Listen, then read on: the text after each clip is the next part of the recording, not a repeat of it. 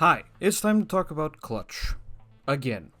You see, I already covered Clutch on the main channel, which, by the way, you should subscribe to if you like cars, but I never really went into detail about this thing that we're going to be talking about today, and now that I have a gaming channel, I have all the excuse in the world to go into it. Yes, I really believe that we are underestimating the importance of Clutch. Obviously, it's a new AAA arcade racing game that's important enough in and of itself. But in this case, for a lot of reasons that I'll get into, it's very important. And also, I finally have an excuse to talk about this. I have an excuse to paint a picture, if you will. Paint a picture about the warning signs, about how the racing game genre, the arcade racing genre, got to where it is today, and how we ended up with a little bit of monotony in the genre. The very first warning signs, I think we'll all agree, were back in 2015, when the first expansion pack for the original The Crew was revealed. It was The Crew Wild Run, and aside from the graphical overhaul, which we later found out was a complete shit show, The Crew Wild Run brought along the Summit. And the Summit was basically a big sort of central map event, and it had weekly playlists and different things like that. Basically, Forza Horizon's festival playlists and The Crew Motorfest Summit events, but back then. And the whole summit sort of seemed and was framed as a festival. I would like to remind everybody that The Crew started out as a competitor to Need for Speed, sort of. It was more illegal street racing with police and different things like that. And indeed, the second expansion was all about police chases, so they could remind us, hey, don't worry, this is still in this way. This is still a Need for Speed competitor, quote unquote. And then in 2018, guess what? We got The Crew 2, which was an out-and-out Forza Horizon clone. Now, it would be kind of disingenuous for me to just bash on The Crew 2 because I actually played a lot of The Crew 2 during COVID, and I actually really enjoyed that game for what it was. But I will concede that it's obvious that they didn't want to continue pursuing this other part of the racing game genre.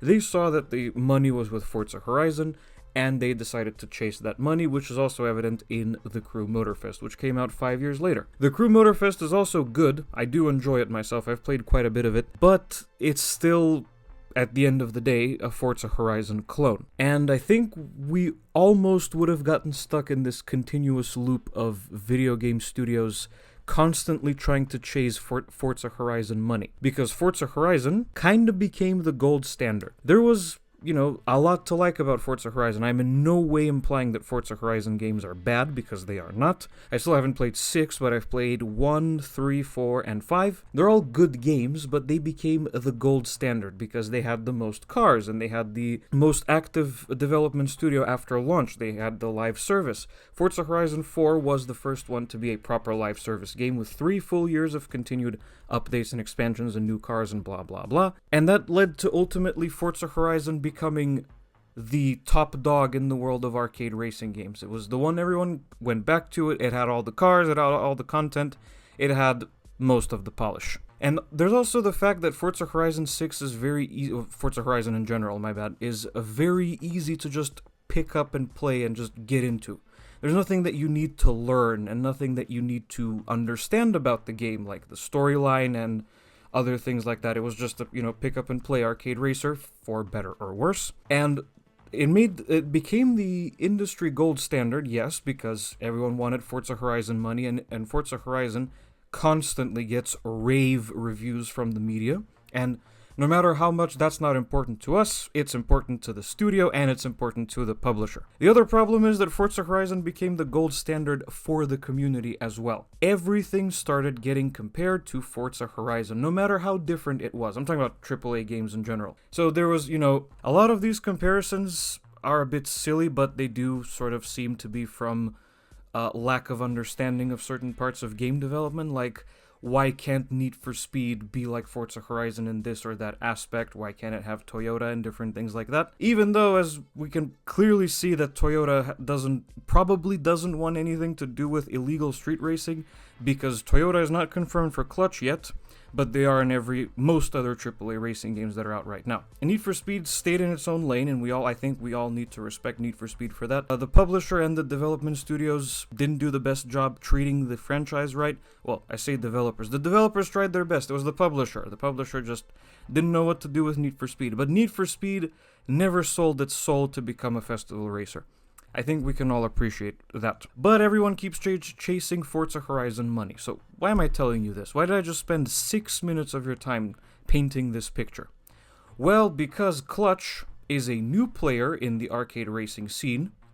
From a new studio, it has licensed cars, it has vehicle customization, but it's not a festival racer. There is no festival aspect to the game. There is legal racing on racetracks like Need for Speed Heat was supposed to do until they have baked that concept, frankly. But it's not a festival racer. There's no, like, main hub full of music stages and colorful decorations and this and that, and my nose got stuffy. Clutch is a more textbook racing game.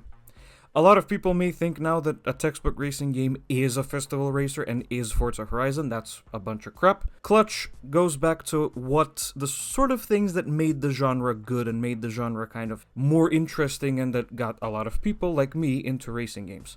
Police chases, different gadgets on the cars, customization, a varied car list, a gorgeous looking open world, and the Fiat Multipla. Yeah, by the way, I don't know if you saw the live stream, but the Fiat Multipla is the first car you drive in the game. Game of the year. Anyway, Clutch is not a festival racer, and it's finally a new racing game IP that tries to stray from the established gold standard.